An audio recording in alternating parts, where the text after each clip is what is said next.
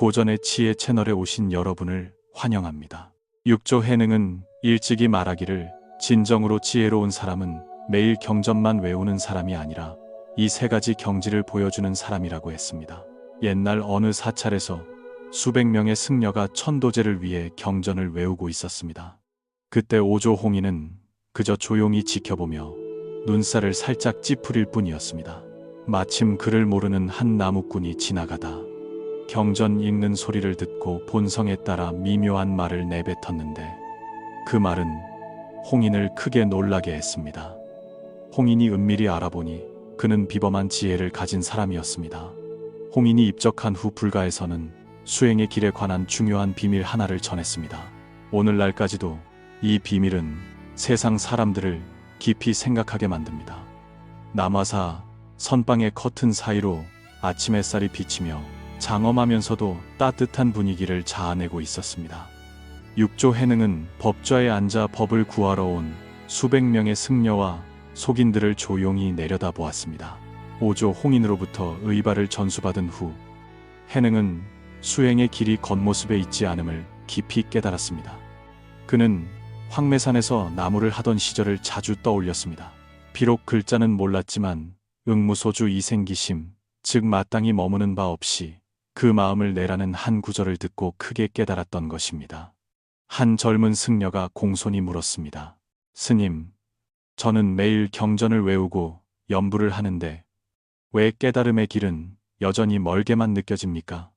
육조 해능은 자비롭고 깊은 눈빛으로 그 승려를 바라보았습니다. 너는 경문이 무엇인지 아느냐? 승려가 대답했습니다. 경문은 부처님의 가르침을 기록한 것으로 저희 수행의 지침입니다. 해능이 미소 지으며 말했습니다.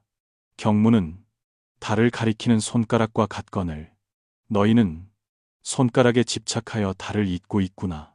매일 경전을 외우는 것이 한 번 본래의 마음을 직관하는 것만 못하며 뱃속 가득 경전의 논리를 채우는 것이 참된 마음을 꿰뚫는 한순간만 못하다.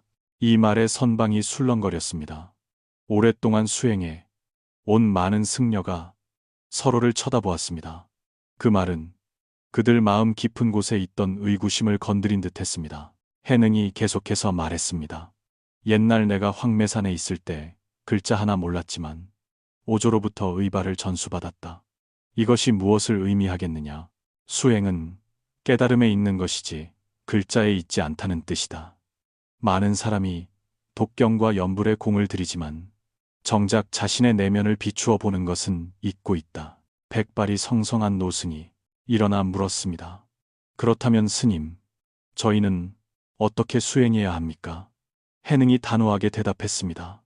수행은 절에 있는 것도 아니고 경전 속에 있는 것도 아니다. 삶의 모든 곳이 도량이며 모든 행동과 모든 생각이 수행이다. 마른 체구의 한 승려가 다시 물었습니다. 저희는 견성성불에 대해 자주 듣지만 어디서부터 시작해야 할지 모르겠습니다. 육조는 그를 똑바로 쳐다보며 말했습니다. 너희는 매일 경전을 외우고 예불을 드리지만 왜 그렇게 하는지 자신에게 물어본 적이 있느냐? 단지 습관처럼 하는 것이라면 설령 모든 경전을 다 외운다 해도 바람이 귀를 스치고 지나가는 것과 다를 바 없다. 선방은 침묵에 잠겼고 모두 깊은 생각에 빠졌습니다. 해능이 말을 이었습니다. 수행의 핵심은 본래 청정한 자신의 성품을 분명히 아는 것에 있지 밖에서 찾는 것이 아니다. 많은 사람이 불법을 구하려 여기저기 헤매지만 불법이 본래 자기 마음속에 있음을 알지 못한다. 마치 손에 여의주를 쥐고서 보물을 찾아온 세상을 헤매는 것과 같으니 우스운 일이 아니겠느냐. 이 비유에 모든 사람이 문득 깨달음을 얻었습니다. 맞습니다. 그들 중 다수는 경전 속에서 해탈의 길을 찾느라 정작 자신의 마음을 비추어 보는 것을 잊고 있었습니다. 해능은 제자들을 둘러보며 천천히 설명했습니다. 세상 사람들은 종일 경전을 외우고 절하는 것을 수행이라 생각하지만 진정한 수행은 일상생활 속에서 드러나는 것이다. 나무를 하고 물을 내는 일 등 모든 일에 선의 맛이 담겨 있다. 모든 몸짓과 모든 말 한마디가 불법을 떠나지 않는다. 한 젊은 거사가 손을 들고 물었습니다. 그렇다면 독경과 연불은 무슨 의미가 있습니까? 해능이 답했습니다. 독경의 공덕이 있으나 형상에 집착해서는 안 된다. 독경은 도를 이해하기 위함이고 연불은 마음을 편안하게 하기 위함이다. 경전을 외울 때 그 속의 진리를 꿰뚫고 연불할 때 자신의 마음이 곧 아미타불임을 분명히 볼 수 있다면 그것이 참된 수행이다. 이때 해능의 눈빛이 더욱 깊어졌습니다. 나는 많은 사람이 경전을 외울 때 글자 하나하나를 또렷하게 읽으면서도 경전을 덮으면 마음과 성품이 흐리멍덩해지는 것을 보았다. 그렇게 수행해서야 어떻게 견성성불할 수 있겠느냐? 선방 아래에서 한 승려가 물었습니다. 그럼 저희는 어떻게 해야 합니까? 해능이 답했습니다. 수행은 진심에 있는 것이지 겉모습에 있는 것이 아니다. 겉으로는 매우 정진하는 듯 보여도 마음은 망상으로 가득 찬 사람이 있다. 겉으로는 게으른 듯 보여도 항상 깨어있는 사람이 있다. 자신의 마음이 어떠한지는 스스로 가장 잘 알 것이다. 이때 중년의 승려 한 명이 일어서서 말했습니다. 저는 절에서 수년 동안 수행하며 아침 저녁 예불을 한 번도 거르지 않았는데 갈수록 도에서 멀어지는 느낌입니다. 무엇이 문제인지 모르겠습니다. 육조는 자비로운 눈빛으로 그를 바라보며 말했습니다. 너는 나비가 어떻게 고치를 뚫고 나오는지 아느냐? 승려가 멍하니 바라보며 대사에게 가르침을 청했습니다. 육조가 답했습니다. 나비가 고치의 보호에만 매달린다면 영원히 날개를 펴고 높이 날 수 없다. 마찬가지로 수행자가 겉모습에 집착하면 영원히 성불할 수 없다. 육조의 말은 맑은 하늘의 날벼락처럼 선방의 분위기를 숙연하게 만들었습니다. 모두가 그 가르침에 대해 깊이 사색했습니다. 해능이 말을 이었습니다.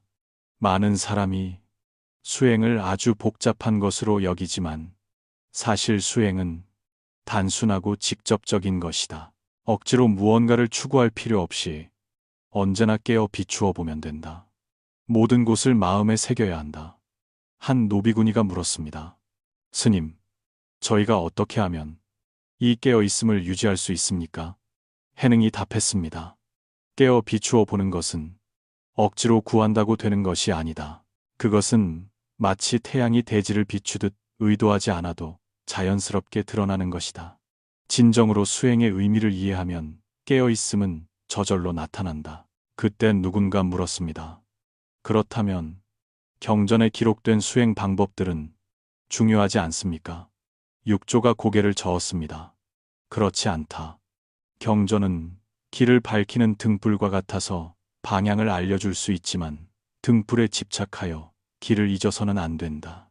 수행자는 마음에서 마음으로 전하고 마음으로 마음에 응답해야 한다. 시간이 흐를수록 선방의 분위기는 더욱 깊어졌습니다. 육조의 가르침 한마디 한마디가 대중의 마음속 집착을 하나씩 깨뜨렸습니다. 육조가 말했습니다. 수행은 나무를 심는 것과 같다. 씨앗을 뿌린다고 끝나는 것이 아니라 매일 물을 주고 거름을 주어야 하며 무엇보다 자연스럽게 자라도록 두어야 한다. 너무 억압해서도 안 되고 방임해서도 안 된다. 한 노승이 물었습니다. 그럼 어떻게 그 균형을 잡습니까? 해능이 답했습니다. 마음이 어디에도 머물지 않으면 자연히 밝아진다. 머물지 않는다는 것은 어떤 경지에도 집착하지 않는다는 뜻이다. 수행에도 집착하지 말고 깨달음에도 집착하지 말고 얻고 이름에도 집착하지 말라. 이 말은 사람들을 깊은 생각에 잠기게 했습니다. 그렇습니다. 그들 중 많은 이가 어떤 경지를 추구하고 있었지만 그 추구 자체가 또 다른 집착이 되어 있었던 것입니다. 해능은 대중의 마음을 꿰뚫어보고 다시 설법을 이어갔습니다. 수행에서 가장 피해야 할 것은 너무 빨리 성취하려는 마음이다. 어떤 이는 언제나 빨리 깨닫기를 갈망하지만 그 갈망 자체가 가장 큰 장애물임을 모른다. 한 젊은 수행자가 물었습니다. 그럼 저희는 어떤 마음가짐으로 수행해야 합니까? 해능이 답했습니다. 구할 것도 없고 얻을 것도 없다는 마음이다. 마음이 현재에 머물러 과거를 쫓지 않고 미래를 갈구하지 않으면 본래부터 완전한 자신의 마음을 저절로 보게 된다. 선방에 누군가가 또 물었습니다. 스님께서 수행은 깨어 비추어 보는 것이라 하셨는데 일상생활에서는 어떻게 실천해야 합니까? 해능이 답했습니다. 모든 행동과 몸짓이 수행이다. 밥 먹을 때는 밥만 먹고 잠잘 때는 잠만 자라. 마음에 망상을 두지 말고 외부에 매달리지 않는 것, 그것이 바로 수행이다. 누군가 의아해하며 물었습니다. 그것은 너무 간단한데 어찌 수행이라 할 수 있습니까? 육조가 되물었습니다. 너는 수행이 반드시 힘들고 고통스러워야 한다고 생각하느냐? 참된 수행은 본연으로 돌아가 자신의 마음을 비추어 보는 것이다. 복잡할수록 진실이 아니다. 이때 해가 높이 솟아 햇살이 커튼을 뚫고 육조의 법좌를 비추었습니다. 선방 전체가 평온하고 고요한 기운으로 가득 찼습니다. 해능이 대중을 바라보며 진심 어린 목소리로 말했습니다. 수행은 다른 누군가가 되기 위한 것이 아니라 자기 자신이 되기 위한 것이다. 많은 사람이 무언가를 얻기 위해 수행하지만 그 바라는 마음 자체가 집착이다. 한 노승이 다시 물었습니다. 스님, 저희는 집착을 내려놓아야 한다고 자주 듣지만 도대체 어떻게 해야 내려놓을 수 있습니까? 육조가 답했습니다. 내려놓음은 억지로 하는 것이 아니다. 만법이 본래 공하다는 이치를 진정으로 깨달으면 집착은 저절로 내려놓게 된다. 꽉 쥐고 있는 손도 잡을 만한 가치가 없음을 알게 되면 자연스럽게 펴지는 법이다. 누군가 계속 물었습니다. 그럼 수행에 힘쓸 때 주의할 점은 무엇입니까? 해능이 답했습니다. 애쓰는 것에 너무 집중하지 말고 긴장을 푸는 법을 배워라. 많은 사람이 너무 애를 써서 수행하는 바람에 오히려 자아만 더 키운다. 참된 수행은 편안함 속에서 실천하는 것이며 자연스러움 속에서 본래의 마음을 보는 것이다. 바로 그때 선선한 바람이 선방으로 불어와 멀리서 꽃향기를 실어왔습니다. 육조가 눈앞의 풍경을 가리키며 말했습니다. 보라, 바람이 불고 꽃향기가 자연스럽게 퍼지는 이것이 바로 최고의 수행법이다. 억지스레 구하지 않아도 모든 것이 인연에 따라 나타난다. 사람들은 창밖을 바라보며 수행에 대한 새로운 의미를 깨달은 듯 했습니다. 육조가 다시 설법을 이어갔습니다.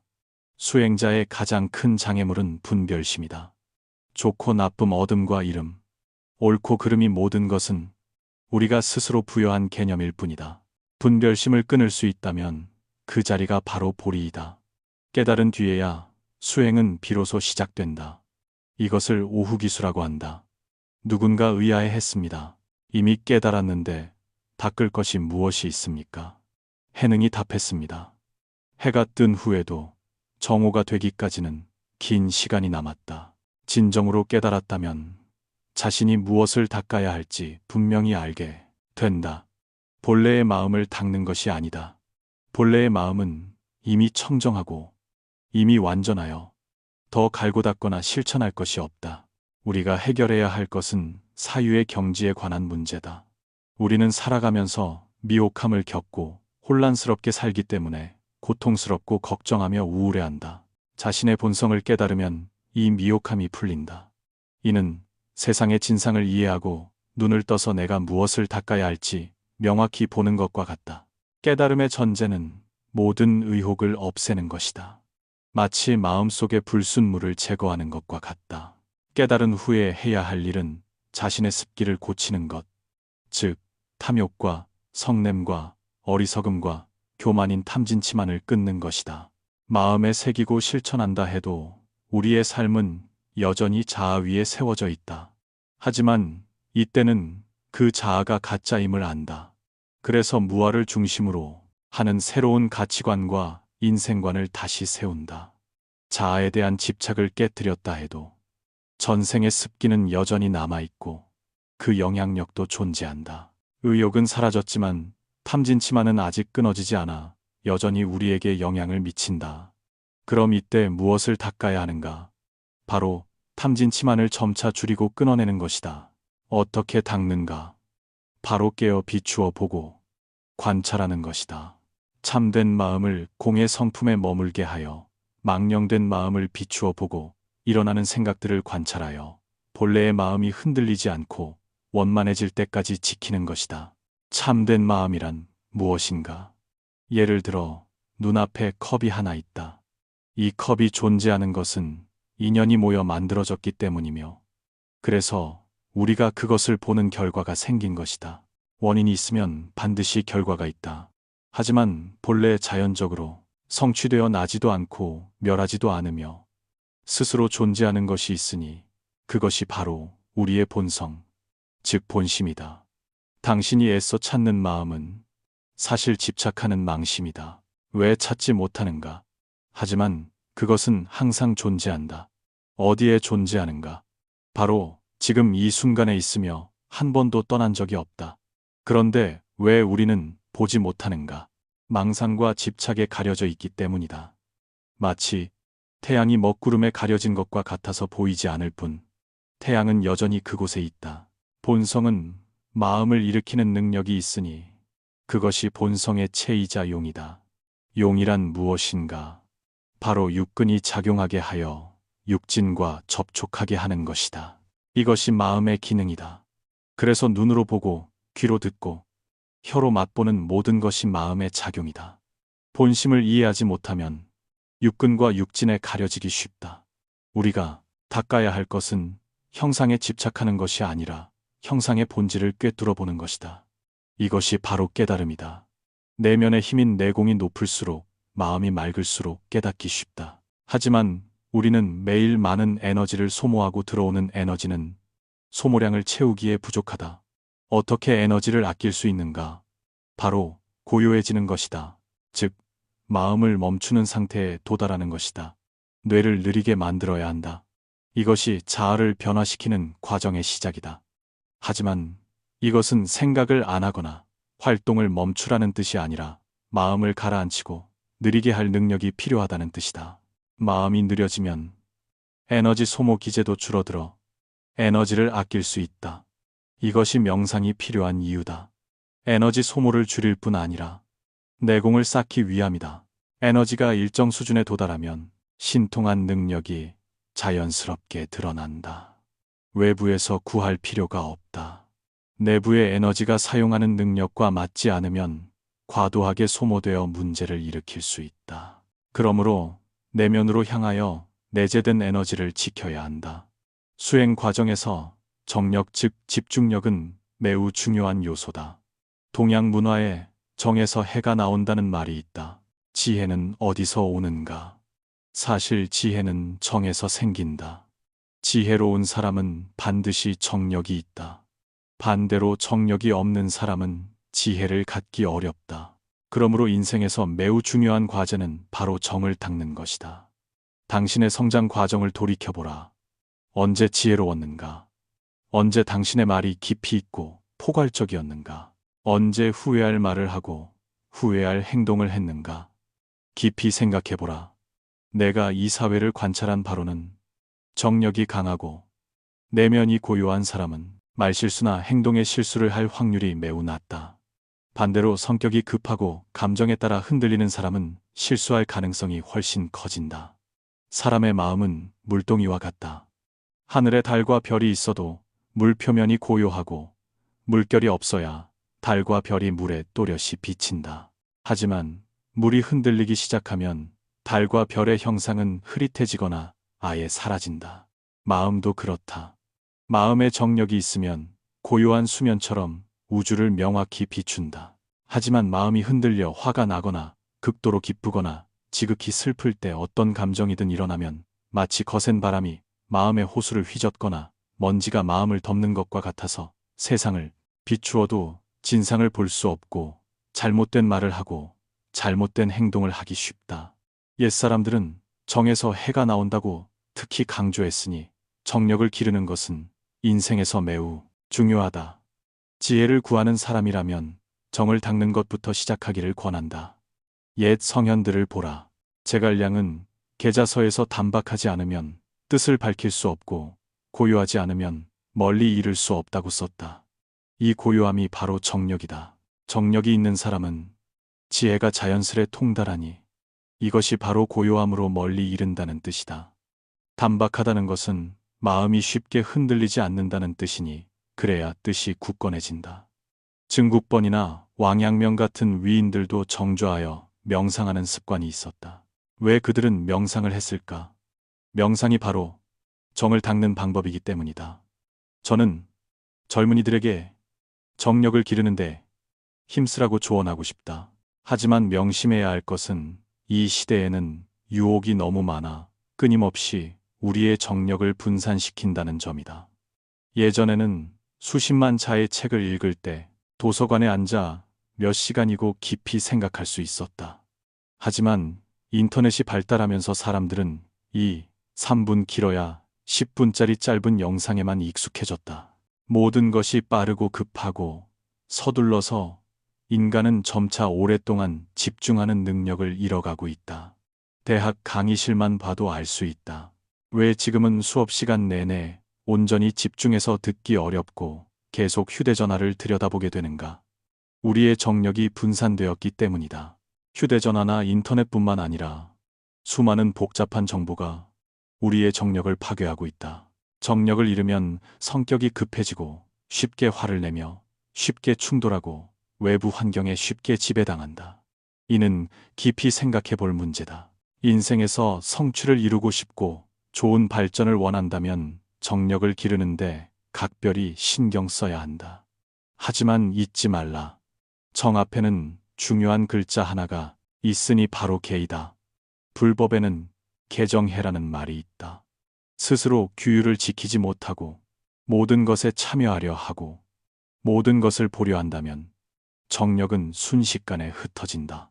그러니 개정해가 바로 수행의 법칙이다. 계란 무엇을 해야 하고 무엇을 하지 말아야 할지 아는 것이다. 공자가 말했다. 얘가 아니면 보지도 말고 듣지도 말고 말하지도 말고 움직이지도 말라.